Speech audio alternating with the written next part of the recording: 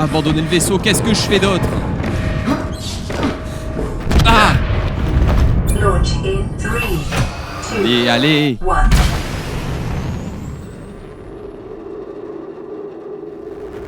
Oh putain!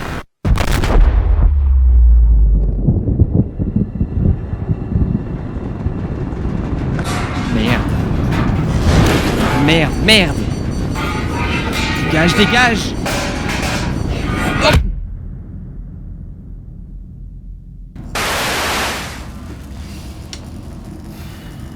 Journal de bord de Riley Robinson, chef de la maintenance à bord du vaisseau Aurora. Nous avons rencontré une avarie et avons dû évacuer le vaisseau.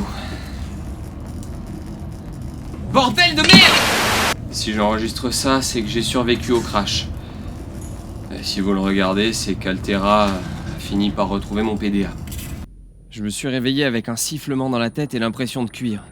J'étais pas loin puisqu'un court-circuit avait foutu le feu à la capsule. Allez, bordel, ouvre!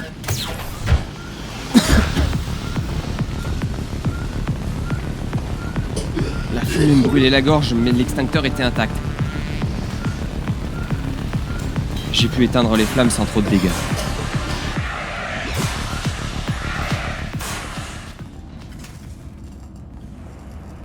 Sans trop de dégâts. Je parie que c'est ce que dira le communiqué de presse. C'est aussi en gros ce qu'a dit mon PDA en m'indiquant tranquillement qu'il démarrait en mode urgence. Vas-y, prends ton temps, j'ai rien de prévu. You have suffered minor head trauma. This is considered an optimal outcome. Traumatisme crânien, bah ça va, c'est optimal. D'habitude, d'abord, le PDA me sert à réparer la machine à café ou regarder des films. Et il venait de devenir mon unique assistant de survie. Tout léger qu'il soit, j'ai d'abord soigné mon traumatisme crânien avec un kit médical. La capsule en générera d'autres régulièrement, au cas où il m'arriverait un truc... un truc moins optimal. Ensuite, inventaire des ressources. Fusée éclairante, 2 rations d'eau et de nutriments. De quoi tenir 2 ou 3 jours, grand maximum. La politique d'Altera, c'est le minimum prévu par les assurances.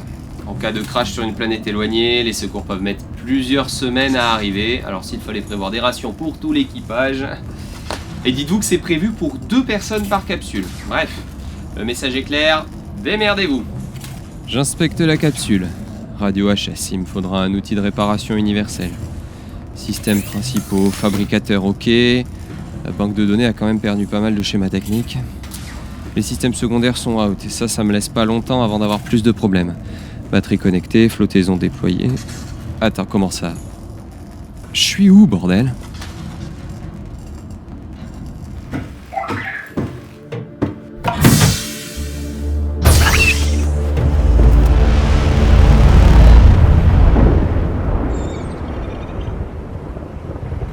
Défaillance orbitale de la coque catastrophique.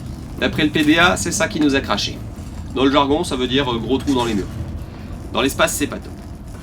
Bon, bien sûr, aucun signe de vie humain dans l'épave, je suis pas vraiment surpris. Ah, et aussi... C'est quoi toute cette flotte?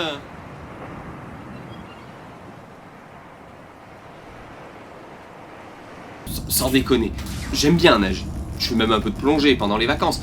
Mais nom de diable, l'humanité a passé des décennies à s'extasier sur la moindre petite molécule d'eau trouvée sur Mars, et il faut que je m'écrase sur le plus gros aqualand de la galaxie.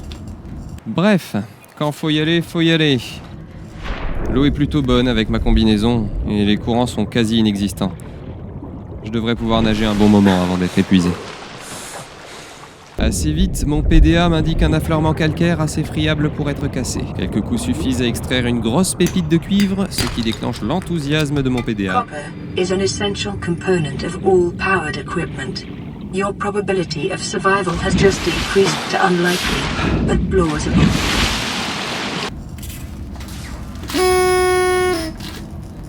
Mon autre chance de survie, ce sont ces gros débris de métal arrachés à l'épave lors du crash. Je peux rien en faire comme ça, mais le fabricateur de la capsule pourra sûrement en extraire du titane. En parlant de ça, il va falloir s'occuper de remettre les systèmes en route. La capsule a triste mine dans cet état, et c'est rien comparé à moi si les batteries solaires me lâchent ou si je relance pas la radio. Je fais le tour des schémas restants dans le fabricateur. Beaucoup ont disparu, mais pas le plus important actuellement.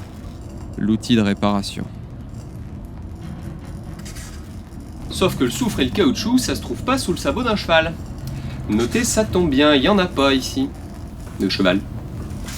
Je retourne donc explorer et ramasser tout ce que je trouverai.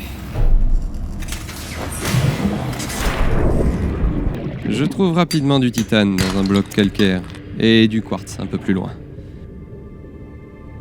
J'aimerais bien aller plus profond, mais je manque d'air. D'ailleurs, mon PDA ne manque pas de me le signaler. Oxygen.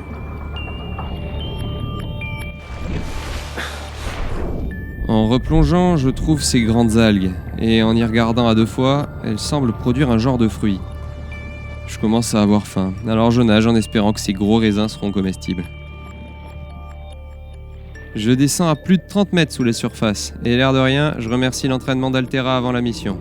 Je prends une grosse poignée de ces graines, et mon PDA me joue un petit festival. New blueprint acquired. Une source de caoutchouc, pile poil ce qu'il me fallait! Et d'après le fabricateur, il peut aussi en extraire un genre de lubrifiant. Mais pour l'instant, je me contenterai du caoutchouc dont j'ai besoin.